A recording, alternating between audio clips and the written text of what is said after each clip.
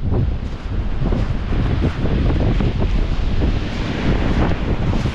everyone, you're watching Time on Feet, coming to you from a rather grey and dreary south coast of England today. Today's video is all about shoes. So before we get into the video, let me know in the comments what is your favourite running shoe, whether that's a trail shoe or a road shoe, and what are your reasons for that as well. So why does it suit your running, why does it work for you? So I'm going to finish up this rather wet and windy walk, and then when we get back, I'm going to talk all things shoes. So see you in a moment. Hello everyone, welcome back to the channel. So in today's video, I'm going to be thinking about a new pair of shoes that I've bought, a new pair of trail shoes, and I'm really going to think about three things here. So firstly, the shoes that I didn't go for, my reasons for those. So I tried on about 8 or 9 other pairs besides the pair I went for. Secondly, the pair I did go for, why I went for them, and then thirdly, how this fits into my wider trail shoe rotation. So just a disclaimer to start with, shoes for runners is a very personal thing. So all of the things I'm going to say here is very much about my preferences, what I like, what I want from a shoe. But it's not to say that just because I didn't like a particular shoe that it wouldn't be right for you. So it's always worthwhile going into the shop, trying them on, getting a feel for them, running in them if you can, if the shop has a treadmill. And then seeing, you know, what you want and what suits your foot. That's really, really crucial. And that's what I was doing here when I bought my new pair of shoes. So why I was getting this new pair of shoes was really because I've got a couple of races coming up in 2022. So a 50k Ultra in March and then also a 50 miler in May. And I was looking for something to train in, but also potentially to race in. So that's why I went for the shoes that I'll talk about a little bit later on. So firstly, the shoes that I didn't go for, the ones that got away, some honourable mentions. One pair I tried on was the Brooks Cascadia, which I was really impressed with. They had a great feel to them. I didn't go for them in the end because they didn't have quite enough cushioning for what I'm looking for, but they are a shoe I'm definitely going to bear in mind and may well get later this year. A couple of pairs of Hoka shoes that I tried on, the Torrents firstly. Again, you know, they had a nice feel to them overall, like the Brooks Cascadia, but they just felt a little bit flimsy in terms of the sole. So I'm looking for something that can deal with the rocky terrain we've got around the Sussex Downs, some of the cliff paths, you know, the chalky terrain that we have as well up around the South Downs, so not quite enough for me. And then ATR Challengers also from Hoka, I tried those on too. For similar reasons, I didn't go for those. The upper I thought felt a little bit too spongy for me, so I didn't end up going for those. One shoe I was really disappointed with was the Salomon Ultra Glide. Really didn't like the feel of that on my foot. The cushioning was good, and I could see how there'd probably be a speedy shoe, but my midfoot just felt really constrained. I've got quite wide feet, and it just felt like it was being choked, and that was even before running in them. So, you know, just the general feel of them when I wore them in the shop. So I didn't go for those in the end. Nike Pegasus Trail, again, not enough cushioning for me in terms of what I'm looking for over the longer distance, something with a bit more energy return, but I can see how there might be a nice lightweight trail shoe. The strangest shoe I probably tried out of the bunch, the On Cloud Ultra. I'd never tried a trail shoe like that before. It was very lightweight. Materials were kind of quite rubbery on the upper as well. But I didn't think I would get necessarily enough protection from a shoe like that, so I didn't go for those.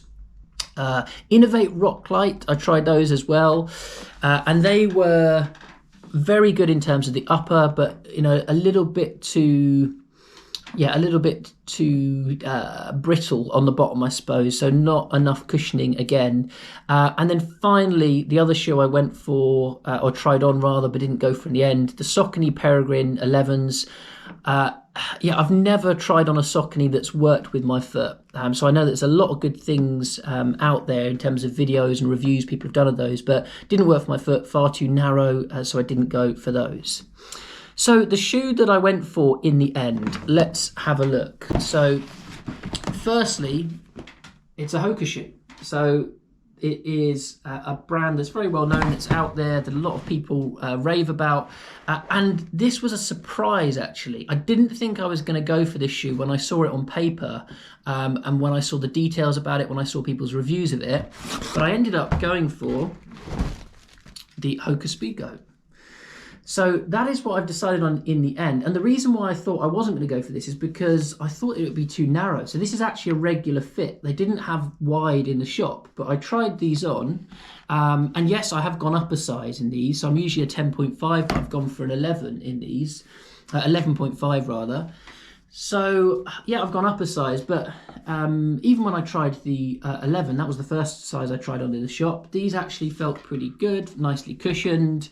And I really liked the sole of them as well, so that the lugs were a bit more aggressive than the other ones had looked like. You know, not the most aggressive in the scheme of things, but fairly aggressive, and also very decent cushioning, good for rocks as well. So any kind of technical terrain, then these should be okay with that. Maybe not with like really muddy conditions, not serious mud. Maybe the Innovates would have been better for that.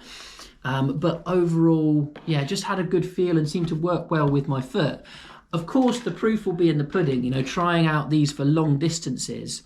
But overall, when I tried them on in the shop, I thought, yeah, these seem to work. There was good room in the toe box, and a fair amount of width, not probably as wide as some of my other shoes that I have. But I think there probably should be enough width. Of course, I'll have to try them out and see. So that's what I went for. They're also just a beautiful shoe all round, which helps. It looks really, really nice. Not the main reason I went for them, but it's always good if you get a shoe which not only feels good but also looks the part as well. So that's what I've gone for, and I'll be adding those into my shoe rotation, which I'll take you through now. So just so you can see what else I've got, and it won't take too long. I've only got 3 pairs in my rotation. I'm typically someone who likes to not have ridiculous number of pairs of shoes. But just have ones that work and that I can use. So this is my pair number 3. I've got 2 other pairs in my trail shoe rotation. This one here, which is a very basic A6, if you like, the Gel Venture 8s. And they're very comfy. So in terms of the upper, there's nice width there. Very basic lugs on the bottom, so you don't want to do anything too muddy in this, but generally pretty comfortable. I wouldn't do anything over 15 miles in these now, really, because the cushioning is it's quite minimal, so I wouldn't do anything over 15 miles. But really good if you're going out for a short run, and also if you're going to be doing a mixture of road and trails, so these are quite good for that.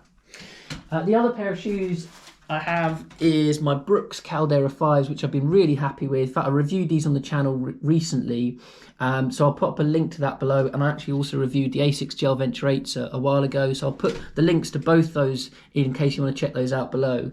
But these are good, nice cushioning, very, very plush. And probably similar to the Hokas actually in many ways, but the Hokas have more traction on the bottom, so these have very minimal lugs. But overall, a nice shoe all round. So those are the shoes I've gone for, the Hoka Speed Goat 4s, and I'm looking forward to taking them out for a first run soon.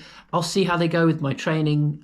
If they work over longer distances, then it's one that I'll consider for races this year.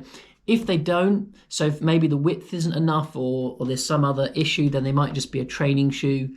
But I'll see how they go, and I'll be sharing that on the channel very soon.